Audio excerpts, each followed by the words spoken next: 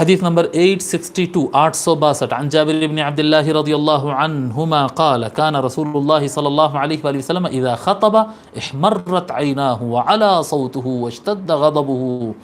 حضرت جابر بن عبداللہ رضی اللہ عنہما روایت فرماتے ہیں کہ رسول اللہ صلی اللہ علیہ وآلہ وسلم نے ارشاد فرمایا، جب رسول اللہ صلی اللہ علیہ وآلہ وسلم خطاب فرماتے تو آپ کی آنکھیں لال ہو جاتی۔ یعنی بعض خطابات ایسے ہوتے ہیں جس میں حضور صلی اللہ علیہ وآلہ وسلم لوگوں کو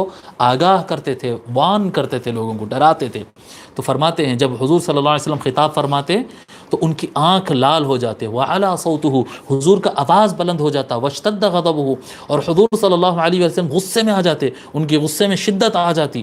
حتیٰ کأنہ منذر جیش، ایسا لگتا ہے جیسا حضور صلی اللہ علیہ وآلہ وسلم ایک آرمی کے بارے میں ہم کو ڈرا رہے ہیں کہ آرمی حملہ کرنے والی ہے۔ صبحکم ومساکم، صبح میں اٹیک ہونے والا ہے، تیار ہو جاؤ، کیا کر رہے ہیں تم لوگ، تیاری کر لو، شام میں اٹیک ہونے والا ہے، جیسے کہ لشکر بالکل آ چکا ہے، اب اٹیک ہونے والا ہے۔ تو اس طرح سے جذبات سے، غصے سے، انفلوئنس سے، اور کیا کہتے ہیں، آنکھ لال ہو جاتے، آواز بلند ہو جاتی، اس طرح سے ہم کو حضور صلی اللہ علیہ وآلہ وسلم ڈراتے تھے، یعنی آخرت سے، قیامت سے، اللہ کے پاس حاضر ہونے سے متعلق یاد دلاتے اور ان کو ڈراتے تھے۔ فرماتے ویقول، اور فرماتے تھے آقا صلی اللہ علیہ وآلہ وسلم،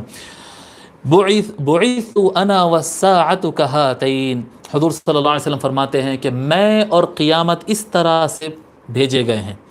میں اس طرح سے بھیجا گیا ہوں کہ میں اور قیامت اس طرح سے بتاتے تھے۔ وَيَقْرُونُ بَيْنَ أَصَابِعِهِ السَّبَّابَ وَالْوُسْطَىٰ، اس کو کہتے ہیں سبابہ، یہ جو انگلی ہوتی ہے نا، تشہد کی انگلی کہتے ہیں، اس کا نام ہے سبابہ، یہ وسطیٰ ہے۔ خنصر، بنصر،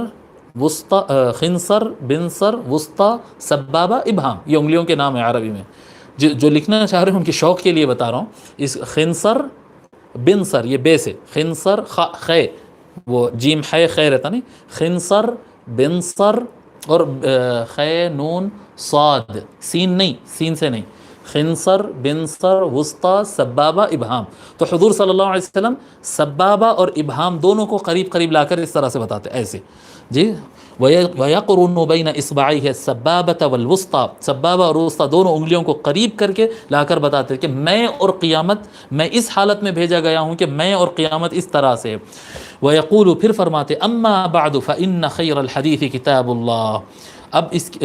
یہ بات غور سے سن لو، سمجھ لو کہ خیر الحدیث کتاب اللہ، سب سے بہترین باتیں کلام اللہ ہے، سب سے بہترین کلام اللہ کا کلام ہے۔ وخیر الہدی ہدی محمد، اور سب سے بہترین ہدایت محمد کی ہدایت ہے صلی اللہ علیہ وآلہ وسلم۔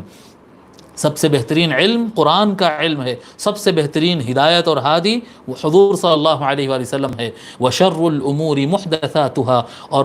اعمال میں، فیصلوں میں اور طریقہ کار میں، عمل میں سب سے بدترین کام وہ ہے جو اس میں نیا نیا ایجاد کر دیتے ہیں، یعنی قرآن اور سنت کو چھوڑ کر نئے نئے طریقے نکالتے ہیں، یہ بدترین اور سب سے شر والے طریقے اور گمراہی والے طریقے ہوتے۔ وَكُلُّ بِدْعَةٍ ضَلَالَةٍ، اور یاد رکھو ہر نیا راستہ گمراہی ہوتا ہے۔ ثم یقول، پھر فرماتے ہیں، انا اولا بکل مؤمن من نفسہ، میں ہر مومن کی اس کی جان سے زیادہ قریب ہوں،